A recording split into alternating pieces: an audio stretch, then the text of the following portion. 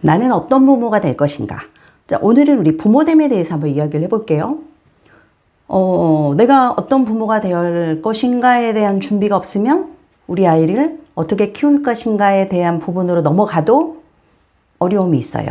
왜? 내 준비가 안 돼 있으면. 자, 그래서 일단 오늘은 부모됨에 대한 이야기를 할 건데, 여러분들 부모가 된다라는 것, 네. 일단 부모됨이라는 것은 가볍게 생각을 하면 이렇게 보시면 돼요.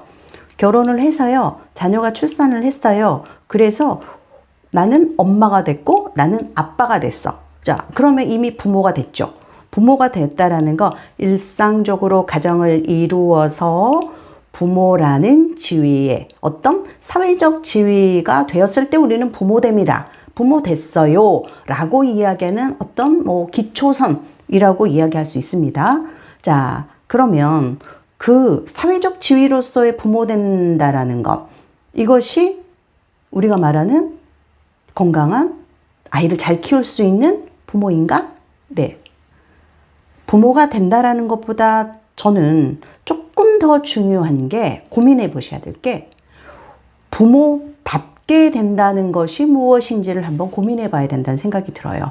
부모답게 된다라는 것은 어떻게 보면, 자, 부모가 되어서 사회적인 것뿐만 아니라 보이지 않는 교육적 측면, 부모다운, 네, 이게 사회적 지위에서 조금 더 그 역량, 역할에 대한 부분으로 놓고 보면 부모답게 된다라는 건 부모다움이라는 어떤 개념이 있을 거 아니에요.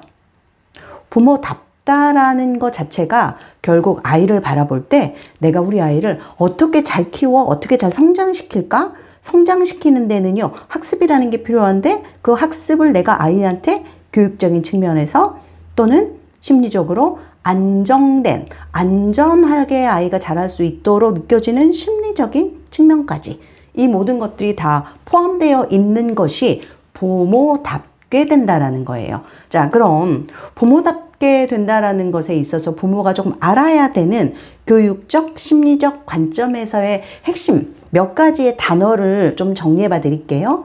그 단어를 중심으로 해서 나는 우리 아이에게 이러한 것들을 어떻게 하고 있지?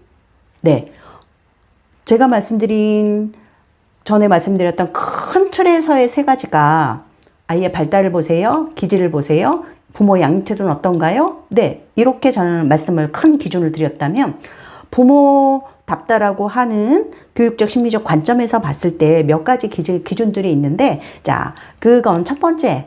네. 이거는 기질은 다시 한번 관찰해도, 다시 한번 되돌아봐도 아이를 이해하는데 매우 중요해요. 그래서 첫 번째, 핵심적인 그 개념들로 기질을 정말 꼭 체크하셔야 되고, 우리 아이와 나와의 관계에서 두 번째가 이제 애착이에요. 애착과 관련된 건 우리 아이가 지금 어떻게 잘 형성이 되어 있나?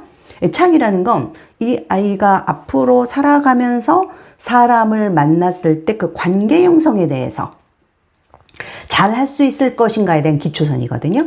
자, 그러니까 그 애착이라는 건 사람을 믿고 신뢰한다는 기준을 만들어주는 것이라, 부모가 가져야 되는 핵심 중에 하나, 우리 자녀의 애착은 내가 어떻게 했는가? 그 다음에 관계적인 기술들은 적절하게 내가 가르쳐 줬을까? 그 다음 적절한 감정 코칭, 감정과 관련된 부분들을 잘 다룰 수 있도록 내가 해 주었는가? 그리고 실제 아이가 뭔가를 배워가고 자기가 하고자 하는 목표의식을 가지고 동기부여가 돼서 내가 그걸 앞으로 해내려고 하는 욕구는 잘 만들어 줬는가? 자, 이걸 다른 말로 자기주도성이라고 말씀드릴 수 있어요. 이 자기주도성도 결론은 부모님이 아이한테 알려줘야 되고 가르쳐줘야 되고, 이것을 어떻게 가르쳐줘요? 말로는 한계가 있어요. 그걸 일상생활에서 경험할 수 있도록 해줘야 돼요. 그리고 아이가 그러한 것들이 잘 해내려면 아이 스스로가 자기에 대한 개념부터 시작해서 나는 어떤 아이인지, 어떤 사람인지, 우리 집에서 부모님과 내가 부모님한테는 어떤 존재인지, 사회에서 나를 어떻게 바라보는지, 그래서 나는 어떻지? 이게 긍정적인 어떤 경험들을 많이 한 친구들은요, 이 자기 개념이 잘 형성이 되고 긍정적인 마음을 많이 가져갔을 때 적절한 자기 효능감이라는 게 생기겠죠.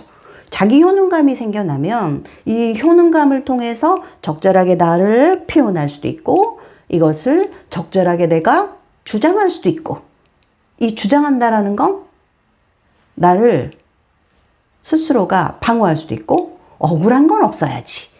부모님 입장에서요. 아이들이 조금 잘하고 학교 생활하고요. 이럴 때 아이가 뭔가 자기 표현을 못해서 집에 오잖아요. 부모님들 엄청 답답해 하세요. 근데 중요한 건 너는 왜 그렇게 했어? 이럴 때 선생님한테 그거 아니라고 말해야지. 네. 너 꼭 가면 내일은 말해야 돼. 다음에 그런 일이 생기면 너 꼭 말할 수 있어야 돼. 라고 이야기를 해줘요. 자, 그런데 이 아이는 똑같은 상황에서 그렇게 부모님한테 이야기를 듣고 그렇게 하면 안 된다고 들었어. 근데 그 다음날 또는 그 며칠 후에 비슷한 상황이 생겼을 때 우리 아이는 그걸 할 수 있을까요? 아니에요. 쉽지 않아요. 또 비슷할 거예요. 그런데 또 비슷했는데 이때 아이가 엄마가 그때 이렇게 하라고 그랬는데 내가 못했잖아. 엄마한테 그 상황을 또 설명을 할까요? 안 해요. 왜? 또 엄마가 나한테 뭐라 할 거거든. 그렇게 하라고 할 거거든. 나는 하기가 어려운데. 근데 아이가 왜 어렵죠? 네. 혹시 엄마가 아이한테 그걸 잘할 수 있는 마음은 키워줬는지, 그럴 때 내가 뭐라고 표현해서 주장해야 되는지 가르쳐 준 적은 있는지, 그걸 부모님이 생각해 보셔야 돼요. 그래서 우리 아이가 그걸 배운 경험이 없어요.